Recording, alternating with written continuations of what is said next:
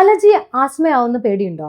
എല്ലാ അലർജിയും ആസ്മ ആവണമെന്നില്ല. എന്നാൽ അലർജി ഉള്ള ആളുകൾക്ക് ആസ്മ ഉണ്ടാവാനുള്ള സാധ്യത വളരെ കൂടുതലാണ്. കാരണം അലർജിയിൽ അധികം ആളുകൾക്ക് നീർക്കെട്ട് ഉണ്ടാവാനുള്ള സാധ്യത കൂടുതലാണ്. ഈ നീർക്കെട്ട് തന്നെ നമ്മളെ ശ്വസന നാളിയിൽ വരുമ്പോഴാണ് അത് ആസ്മയിലേക്ക് പോകുന്നത്. ഏതൊക്കെ സാഹചര്യങ്ങളിലാണ് ആസ്മ ഉണ്ടാവുന്നത് നോക്കാം. പൊടി, പൂമ്പൊടി അതുപോലെയുള്ള അലർജൻസിനെ ഏറ്റവും കൂടുതലായിട്ട് എക്സ്പോസ് ചെയ്യുന്ന ആളുകൾക്ക് തന്നെയാണ് അത് ആസ്മയിലേക്ക് പോകാനുള്ള സാധ്യത കൂടുതലായിട്ട് കാണുന്നത്. അതുപോലെ തന്നെ നിങ്ങൾക്ക് ഫാമിലി ഹിസ്റ്ററി ആയിട്ട് ആസ്മ ഉള്ള ആളുകളാണെങ്കിൽ നിങ്ങൾക്ക് അത് ആസ്മ ഉണ്ടാവാനുള്ള സാധ്യത വളരെ കൂടുതലാണ്. അലർജിയുടെ ഭാഗമായിട്ട് നമ്മൾ തുമ്മലും മൂക്കൊലിപ്പൊക്കെ ഉള്ള ആളുകൾക്ക് അത് പ്രാഥമിക ഘട്ടത്തിൽ തന്നെ പ്രോപ്പറായിട്ട് ട്രീറ്റ്മെന്റ് ചെയ്തിട്ടില്ലെങ്കിൽ അവർക്കും ആസ്മ ഉണ്ടാവാനുള്ള സാധ്യത കൂടുതലാണ്. അധികം ആളുകൾക്കും ആസ്മ ഡയറക്റ്റ് ആയിട്ട് തന്നെ ശ്വാസമുട്ടലായിട്ട് വരണമെന്നില്ല. ചെസ്റ്റിൽ ഒരു ടൈറ്റ്നസ് പോലെ, ചെസ്റ്റിൽ എന്തോ ഭാരമുള്ളത് പോലെ വരിക, അതുപോലെ തന്നെ നിർത്താതെ ചുമ ഉണ്ടാവുക, ചുമച്ച് ശ്വാസമുട്ടലിലേക്ക് പോവുക. നമ്മൾ എപ്പോഴാണ് ഇത് ശ്രദ്ധിക്കേണ്ടത്? നിങ്ങൾക്ക് രാത്രിയും അതുപോലെ രാവിലെയൊക്കെ നിർത്താതെയുള്ള ചുമ ഉണ്ടെങ്കിൽ, ചുമയ്ക്ക് ശേഷം ശ്വാസമുട്ടൽ ഉണ്ടാവുന്നുണ്ടെങ്കിൽ തീർച്ചയായിട്ടും നിങ്ങൾ കെയർ ചെയ്യേണ്ടതാണ്. ചെസ്റ്റിൽ ഒരു ടൈറ്റ്നസ് പോലെ തോന്നുക, അതുപോലെ ശ്വാസം എടുക്കാൻ ബുദ്ധിമുട്ട് അനുഭവപ്പെടുക ഒക്കെ ഉണ്ടെങ്കിൽ നിങ്ങൾ തീർച്ചയായിട്ടും ഒരു കൺസൾട്ടേഷൻ എടുക്കേണ്ടത് അത്യാവശ്യമാണ്. അപ്പോൾ ഇതിൽ ശ്രദ്ധിക്കേണ്ടത് നിങ്ങളുടെ ലൈഫ് സ്റ്റൈൽ മോഡിഫിക്കേഷൻസ് വളരെ ഇമ്പോർട്ടന്റ് ആണ്. ബ്രീത്തിങ് എക്സസൈസിന്റെ ഇമ്പോർട്ടൻസ് ഇവിടെയാണ്. ഇത് ചെയ്യുന്നത് വഴി തന്നെ ലങ്സിന്റെ കപ്പാസിറ്റി ഇംപ്രൂവ് ചെയ്യാനും നല്ല രീതിയിൽ നമുക്ക് ആസ്മയിലേക്ക് പോകുന്നതും പ്രിവെന്റ് ചെയ്യാൻ പറ്റുന്നതാണ്. അതോടൊപ്പം ശ്രദ്ധിക്കുക, നിങ്ങൾക്ക് ഈ ഒരു സിംറ്റംസ് അതുപോലെ നിൽക്കുകയാണെങ്കിൽ പൾമണറി ഫംഗ്ഷൻ ടെസ്റ്റ് എന്നുള്ള ടെസ്റ്റ് ചെയ്ത് നോക്കുക.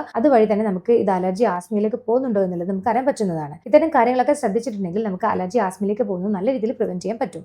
അലർജിയായിട്ട് ബുദ്ധിമുട്ടുന്ന ഫ്രണ്ട്സിനും റിലേറ്റീവ്സിനും ഈ വീഡിയോ മാക്സിമം ഷെയർ ചെയ്യൂ. അതുപോലെ നിങ്ങൾക്കും അലർജിയോടൊപ്പം ആസ്മയുടെ ബുദ്ധിമുട്ടുണ്ടോ എന്ന താഴെ നിങ്ങൾ കമന്റ് ചെയ്യൂ.